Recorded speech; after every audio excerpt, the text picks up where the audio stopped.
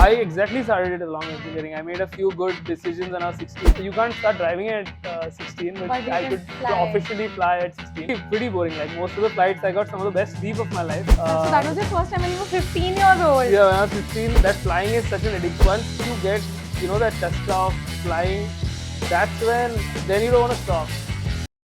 Hi, this is Drishti and welcome to another episode of From the Fields podcast, The Insider, where we deep dive into unconventional career paths, talk to people who stepped out of their comfort zone and inspire you to take the leap of faith. Today, as you can see, I'm super excited as we get ready to take off on a journey with a person who's a pilot and also building his thriving business in aviation. We have with us today Captain Shivan Bhagvati, who started off as a mechanical engineer and today he's the founder, director of Bativala Bhagvati Flying Charters. With Shivan's journey, we'll understand the challenges and rewards of building a career in aviation. We'll bust some myths together and listen to a lot of fun anecdotes from his journey. Let's get going. Hi Shivan, welcome to the Insider. How do you feel? Oh, it feels amazing to be here. Thank you so much for having me. When I heard of the concept of the podcast, I was like, made sense to get me here. How does it feel to have me on the It's show? amazing, and I think I'm really excited to know your journey because it's something really different. Hmm. And a lot of people don't talk about aviation very openly, right? Right, yeah. So why don't you tell us from the beginning? How did you go like from being a mechanical engineer to choosing aviation? So actually, a lot of people have asked me this. It wasn't as so much to going from a mechanical engineer to aviation. It was always. It seems like I do have a background in aviation. Technically, I'm third generation now. Wow. But yeah, from my grandfather was a chief engineer with Air India to my dad being a pilot. But it sounds it's like surprising, but I was never so keen in flying because I always Oh, had the access since I was a child. right. But when you have that access, you are not so keen. As to be sleeping half the So it time. was like normal for you because It घर पे was सब कर रहे थे. it was a bit too normal. Yeah, like dad used to be flying so often, and he used to ask me so many times on Sundays to come over. It feels like it's very cool, but like after like when I was like maybe 8 years old, 10 years old, post that I was like pretty bored. Like I used to be sleeping in the back, and it was pretty boring. Like most of the flights, I got some of the best sleep of my life. But You were it a kid sounds at that time. it sounds strange with the kind of machines and all. Now, if I think Correct. about it, it's weird. But then that's the difference when you realize when you get a chance to sit in front. That's what I got when I was like maybe 15 or so. So that was your first time when you were 15 years old. Yeah, when I was 15, Wow. dad just asked me once we are going somewhere, and I had the front seat. So he asked me if you wanna try it, and that's when that addiction happens. I always knew I wanted to be a mechanical engineer, Okay. but and I did go through with it because I love that, and I pursue things related to it. But that flying is such an addiction which I can go on for a few hours and we'll probably never finish shooting. But you have to be in the machine to know that. So then what was that turning point that this is it, like this is what I want to pursue? And So it was. I don't know if it was one specific moment. One which you could talk about was when when you get the controls for the first time. It's like the aviation bug, what they call it, which probably everybody in the industry has had it. Is once you get that chaska of flying, that's when then you don't want to stop. It's so an I think addiction which can get you. It's a common joke in aviation, but aviation can make you a millionaire if you're a billionaire. So that's quite a. wow.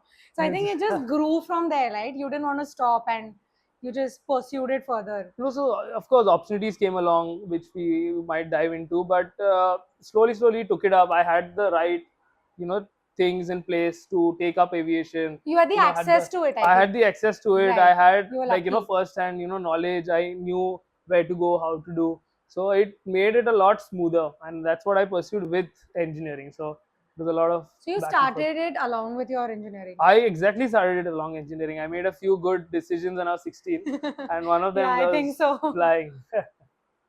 So, with the insider, we want people to know more about the field and to be confident to take this leap of faith, right? Right. So, let's talk a little bit technical details Mm. of how to pursue this. So, to begin with, why don't you tell us a little bit more about what is the course that one should pursue? How long is it to actually become a pilot or to do Right. any other opportunity in this field?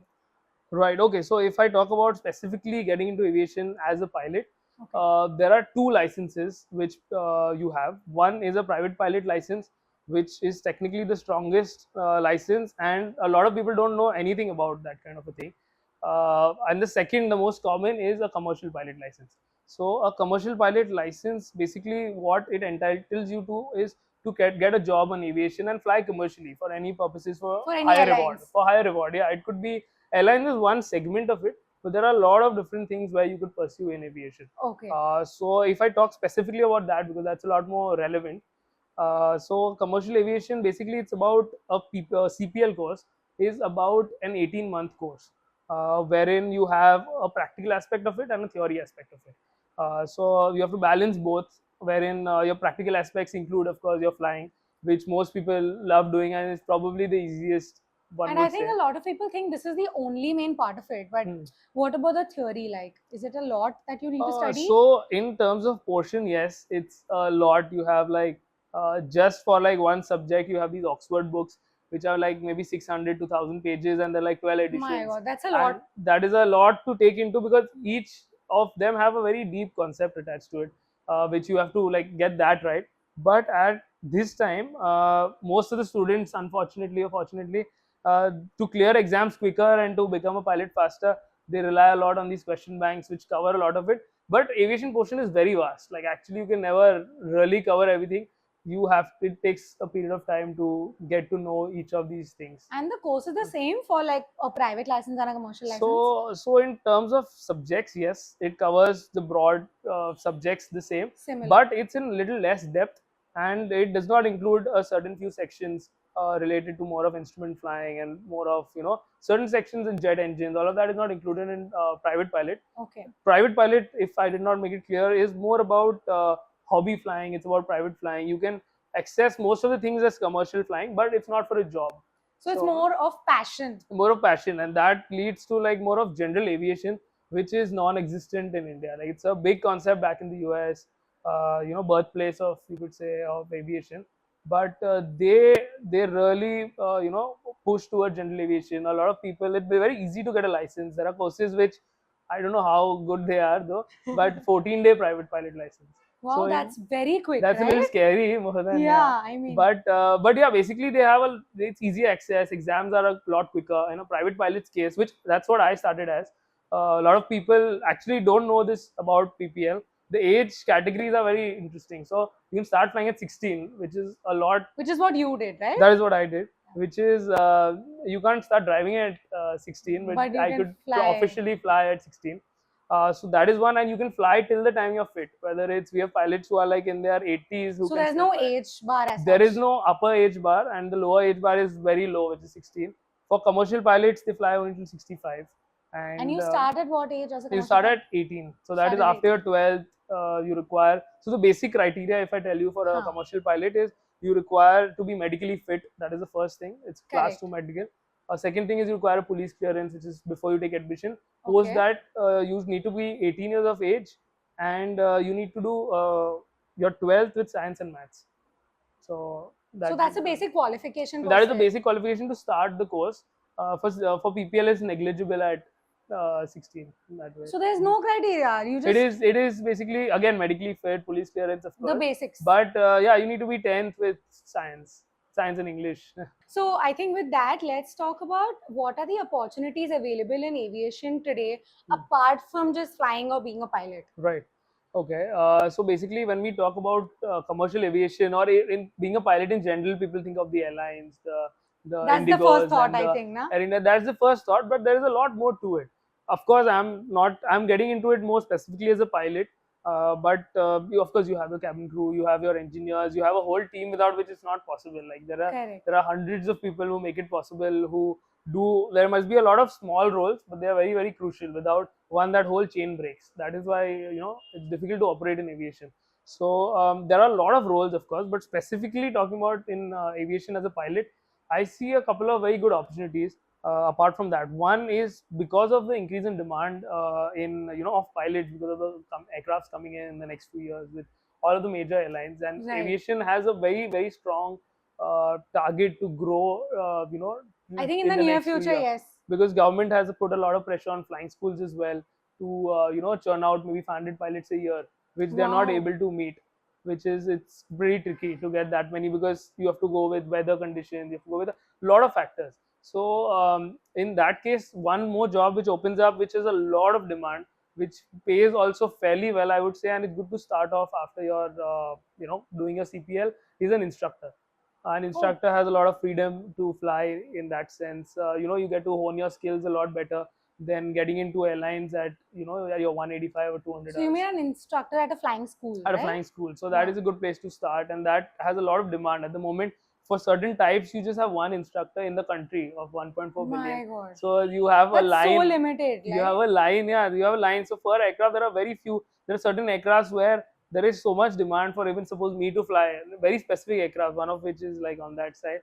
Yeah. So there's a big demand for those kind of pilots. Like there are very on certain aircrafts you have pilots available. Like suppose your type rated pilots for your airlines and for suppose 320 or for Cessnas, but there's a gap for a lot of different aircrafts which is also available. So that is one. The second thing, another place where it's growing, because again aviation grows, you require more pilots, is of a ground training as well. So a lot of pilots initially, when they took up training students for ground classes, that is the first part of your theory when you start. These pilots, people maybe made fun of them or thought like, what's the point if you're a pilot and you miss flying, of course. But that has a lot of scalability. It has you can make a lot of money, especially if you're running your own thing. I And don't think people know these much about this, right? by training, We yeah. just see the common things and Yeah, so basically another thing which is very interesting, which is a pilot, but a little different, is your drone pilots. That is a stream which is growing, which sort of copies a lot of the rules from aviation in India. It's very strict in that sense, with the rules coming in, but not that hard at the so there moment. is in a similar manner there's a course for this like drone So training. there is a course for it. So if you want to fly drones, government has come up with a lot of different rules and a lot of different what do you say, courses, and a lot of different things for different categories of drones, to keep the safety concerns, of course, in mind, and to operate them. It's a flow similar to aviation, where you have a flight plan, where you have theory about drones and how, what are the positives, the negatives of how you can So you operate it. go through that training You have to initially, go through right? the training. So Hmm. I'm also a drone instructor. So Wow. there are very few instructors in the country, and until maybe last few years, I had no idea about it as well. But they are coming up with these regulations. Quite a tough exam for some reason to pass. But drone pilots and drone instructors are really required at the moment. There are very few active drone instructors in So the are there a country. lot of pilots that soon will will choose to take up They drone do. So training? right now, a lot of this is taken up by pilots because they understand how the system works, and they are taking it up. Wherein there is a 5 day course to fly a drone. It's similar to maybe you could say our aircraft what we fly. So Hmm. you can get rated for a small drone, which is up to 25 kgs of weight, and then for bigger drones, they have courses to upgrade your licenses, like a medium Okay. drone, and drones go on to like 500 kgs. So you can have massive 500 drones. kgs. Yeah. So the Wow. ones used for So since you're talking about opportunities, why Hmm. don't you just give us a quick brief of what your business line is at your Hmm. flying school? So basically, we're into two things. One is the flying school, which my father operates, called the Bombay Flying Club. A lot of people in aviation, everyone would of course know it. So it's the Would have heard, yeah. oldest flying school in the country. It started in by JRD Tata in the 1928, and in 1928. 1928. It's the oldest flying school in the country. They have some beautiful machines, and they have a lot of history attached to it. The school, and it's a privilege to be part of it even. And they are into drone training. We are into a lot of different aspects. Apart from that, airport management roles, operation roles. Like master's degrees. You get a degree in BSc in aviation, which is affiliated with MU. So that is something which, what happens is, pilots are fairly qualified and technical people, Correct. but they are only 12th pass, most of them. So this So is something that they can pursue after their 12th. so this they can pursue after their 12th. Simultaneously, the idea was for the university to come up with a degree which can be pursued alongside your 12th, and which gives you, it's similar in terms of your studies, it's more theory centric, but that gives you a degree. So you're a degree Certified. holder, certified, and a degree holder as well. So Correct. that really helps, and a lot of pilots are pursuing that, because before that they were just 12. So when they want to go fly outside the country, that really helps. So that is one thing. which is there in that space. So that is that. And the second thing what I operate more and take after, look after, is your commercial aspects of aviation, not the training Okay. part of it. So basically that we do four things primarily. First is joyrides, which we are known for a lot. So a lot of people, we get like hundreds of people who come in. Basically, common man who Yeah, wants to so like this take a is flight. the most accessible part of aviation, you could say. So we do birthdays, celebrations, we do these adventure a little bit flights. So Wow. you get an experience of sitting in the cockpit practically of an aircraft, sitting in a small aircraft, which is very different from like I From a want you regular to, flight. we have to go flying. Yeah, we are going to do And this. so it's very different sitting in the cockpit, very raw. You're flying at only about 700 feet, which is a little higher than a drone's height. And it is a lot of fun, of course. So we give them that access. So that's one. Second is we into chartering. So we charter Private charters. private charters, so helicopters, different aircrafts. So we do chartering services all across, of course, India and outside as well. So that is one. The third thing, and what we are primarily into, is aircraft management. So for anybody who wants to own a machine Okay. and operate it, you don't have to go through the hassles of everything. We have a certain license called an NSOP, within which we have a whole dedicated team approved by the DGCA, which can basically from start to finish, from purchase of the aircraft to going through with everything with related to induction of So that it takes machine, care of everything. everything to operating that machine. When you want, you have a whole team dedicated. So per aircraft doesn't make sense in financially and time wise to have such a big setup. Correct. So we have hangars, we have parking spaces, we have a lot of set things over there, handling type services, where we manage aircraft for a lot of different top builders, top different parties, where they're looking to fly, and at the same time we generate a revenue on that asset. So that works out very well. So their flying is practically free.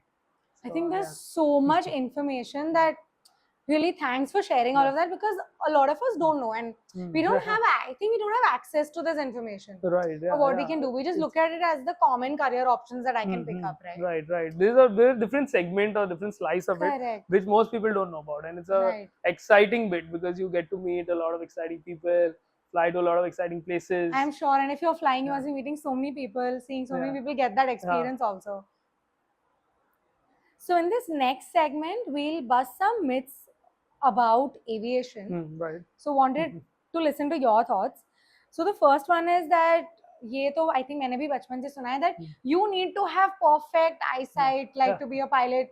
You can't have specs. Yeah. So is that true? And like, what are your thoughts on that? So basically, that's not true. I've been asked so many times about it, but and most people assume that that's why they didn't become a pilot or whatever the reason. हाँ, pursue नहीं करते ना हम आगे कि हाँ, चश्मे है तो वो they just think it just you skip it. it's in our But head. you when you're flying, if you have perfect vision with glasses, and you have to carry a spare pair, of course, with you in your bag.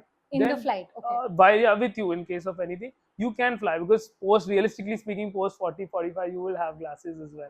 For anybody, I would say. Correct. So then with age, it's anyway going to Which happen. you are going to happen. Yeah. But So, is there any basic test that is expected for your eyes? when yeah, you so become- basically, yeah, so you before you start flying, that is one thing which you do mandatory in terms of health as well. But with glasses, you can, of course, with the medical clearances and how you do it. correct. But you can fly with your glasses. You should have perfect vision, of course, corrected vision. Corrected vision. Yeah, corrected, perfect, corrected vision is good. So Fair. you're not at any disadvantage in that sense. Yeah. So that is, yeah, that's a one big one with. The second one is that I think a lot of people always say that pilot training is only about learning how to fly planes. Like that's it. Huh. Is that true?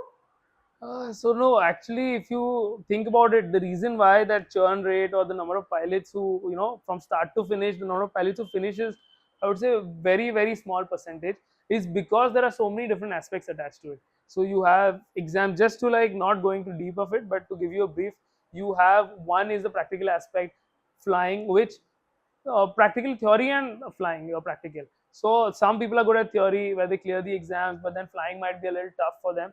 A lot of times what happens is flying is really easy, but then you're struggling with your the exams, subjects. with the exams. That happens. So that happens in case of private pilots.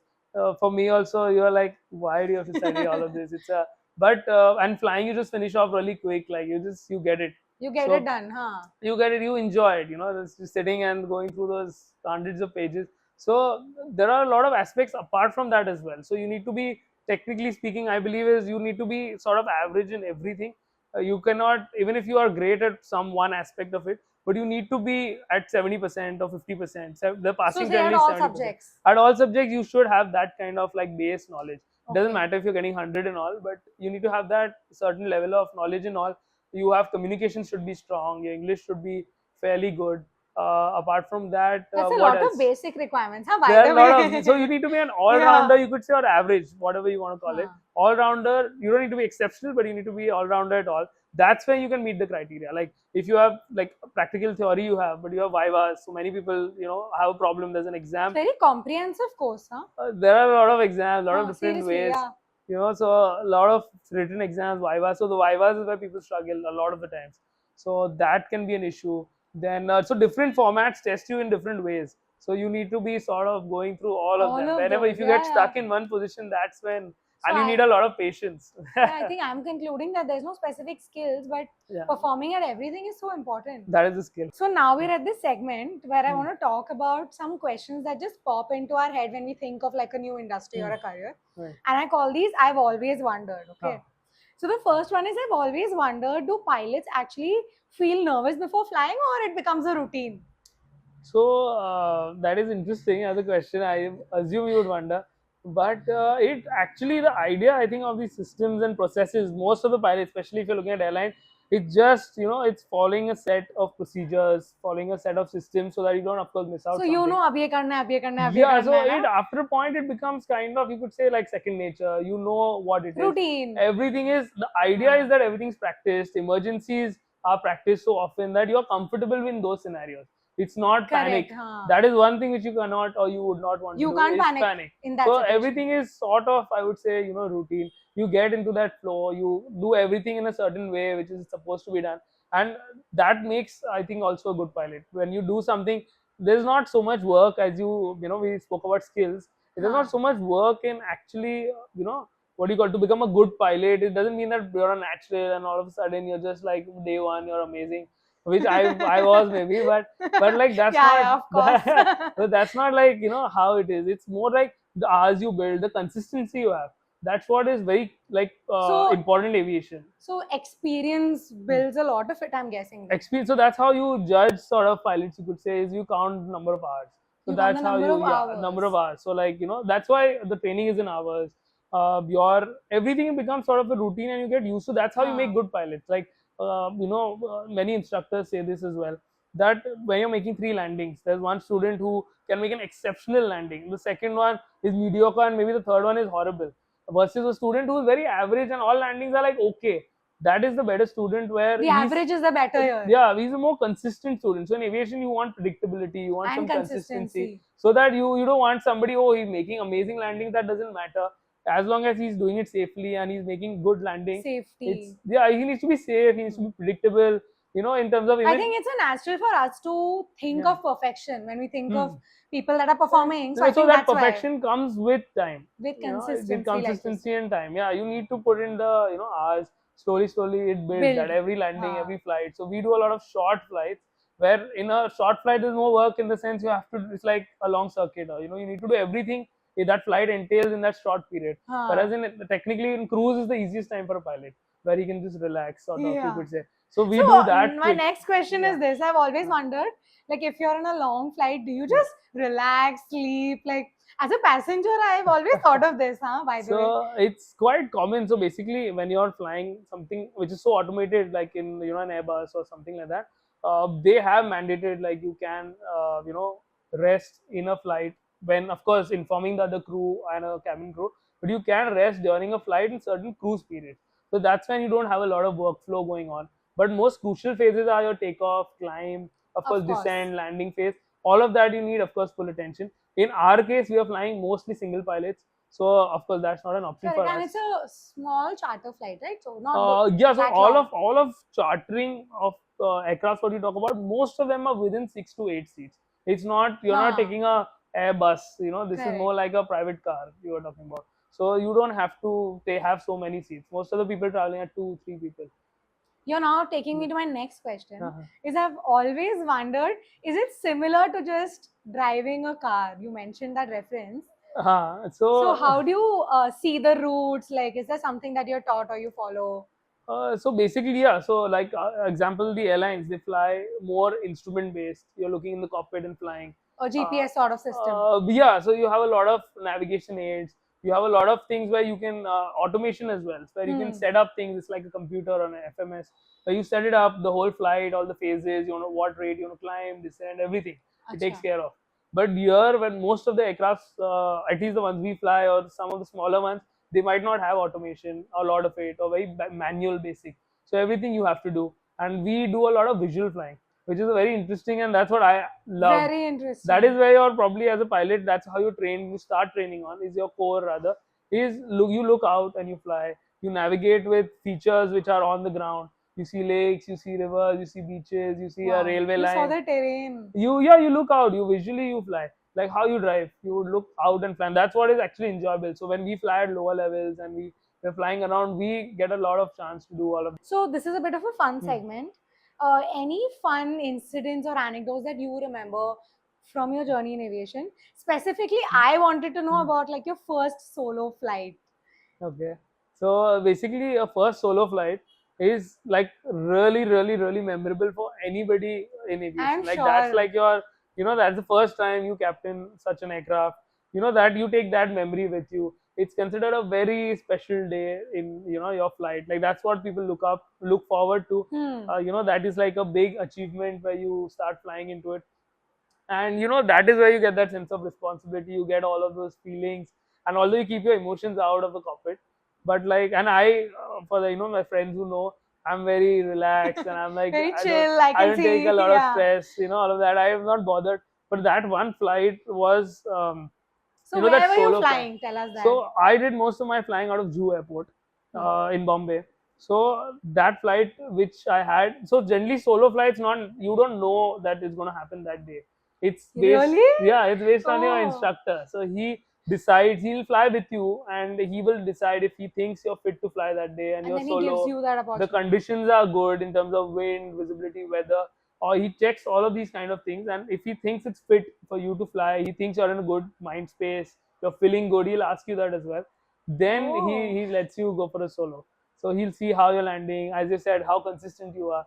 So that's when. And for me, I was flying with my dad that day. Wow. So for That is a him, so memory. I had a conversation with him after where he was like, I was worried for your solo, but I was more worried because I've sent my son. So like, it's a lot of Seriously. pressure what he had. But where And did you fly to? Like your so destination your was? solo is, so your first solo is no destination, nothing. You take Okay. off, you make a small chucker, a circuit. It's called. It's like maybe like a 5-10 minutes in air, 10 minutes Acha. in air. Huh. So you just line up, take off, make a circuit, land. That's just one first flight. Then slowly you do few more of those. Then slowly you go for further. It's like a gradual process. So that first one, I was like, ठीक है, कर लेंगे types. I was with that attitude. But that was the first time when you take off, you're like, oh shit, now this is Seriously. like, this is This all is me. it. This is all me. Like, I have to make it back down. That was like It's the like how you go for a target. driving test and you're Yeah. solo, and now your driving Yeah. instructor is no longer helping you. Yeah. No, I never felt that, but this I was like, I felt it, and I could feel like my left leg a little bit. It was like, so slightly started like Nervous. shaking, Huh. and I've never felt something like that. So I was like, what is happening? Right after takeoff, I'm over the beach, over Jew Beach. I'm Wow. turning, and I was like, but then And now I think you're yeah, used to the views, huh?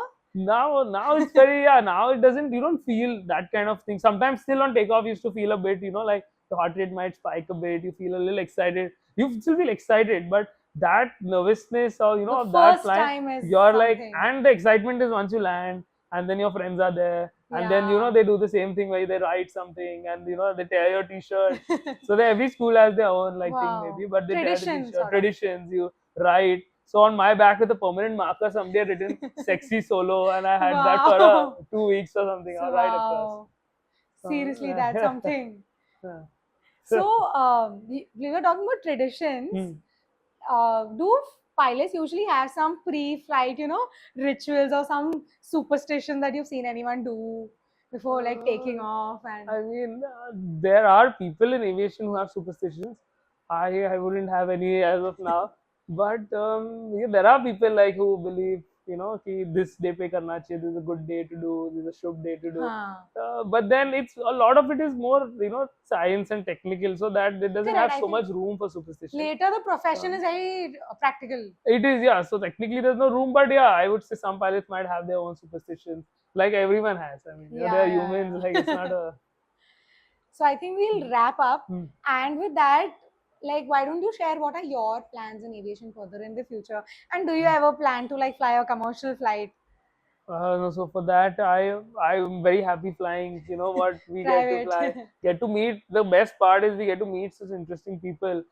From people like from maybe sadhu babas. We got a chance to fly with Sadhguru to fly Wow. with actors, to fly with some And very make conversation? conversation. Yeah, so you're in a flight with them, you can chat, and yeah, that's it. You get so much time of theirs also at Yeah, that yeah, time, you do. and you're on the headphones, you are telling them something, showing them around, flying. So and you get to meet, network with a lot of people. So that is something which excites me, of course, in flying part of it. And yeah, it is something which is unique. So we are planning to grow in this space. We are trying expanding our fleet at the moment, so getting some more aircrafts in on the Added same to the thing. fleet. And yeah, we're adding to the fleet. We have a lot of different services which people don't offer. We do flower droppings, we're doing. So general aviation as such also is at as the stage right now in India where it's really behind at the moment. There's a lot of growth progress to Still be coming up. still coming up. So we hope to grow with that, and yeah, contribute to that as well. Yeah. Great. I really hope you do that. Yeah. And the last question, what is your advice to people in our audience who actually want to pursue aviation? Any words of wisdom? Okay, I would say that in aviation, it seems like it's very intimidating. This kind of a thing to get into it. I've seen a lot of people like how doctors, where their children become doctors. That way, aviation Hmm. also is that way a little closed off, where a pilot, his son becomes a pilot because initially a It risk. runs in the family. So yeah, risk is a little higher. You have a lot of variables in it. It's expensive. Correct. But what I would say is, I mean, if you have a chance, the best thing is to have a conversation with somebody in aviation, because a lot of, I would say, false guidance there, which actually is causing a lot of the resistance and problems. Do research, of course, on your flying school where you want to go. And I think you shouldn't look at, a lot of people are looking at their aviation as a field, like a lot is very cyclic in nature. So you don't need to look at that phase, that where there is a phases like now where there are jobs given to, like in the last 6 months or a year. I know Hmm. people who have completed their license and immediately got in job. But there are also phases where there is a lull There are phase, down times. down phases where Correct. the airlines are not hiring. But there are a lot of different options where I've seen a lot of people, they lose touch with aviation. So they what they do is they then try to move on to other things. Whereas if you're in the field, if you're an instructor, there are a lot of opportunities there. So I think if you stick with it in the long term, your returns on your investment, and in that sense, it's a very good field. You get a lot of exposure to a lot of different things, I think learning. looking at other Yeah. opportunities here Mm. is the core, not just look at one and. Yeah, I think you should look at it at a wider spectrum. There are a lot of different, I would say, jobs, like even more Hmm. than I could name right now. In aviation, which people don't know about, so you can explore and go into that thing. So I think that should be the advice. I think that's a great Yeah. piece of advice. And thank you for doing this. Mhm. There was so much information that probably we didn't know about, and a Yeah. lot to hear from your experiences also. Mm. So thanks a lot for doing My this. pleasure.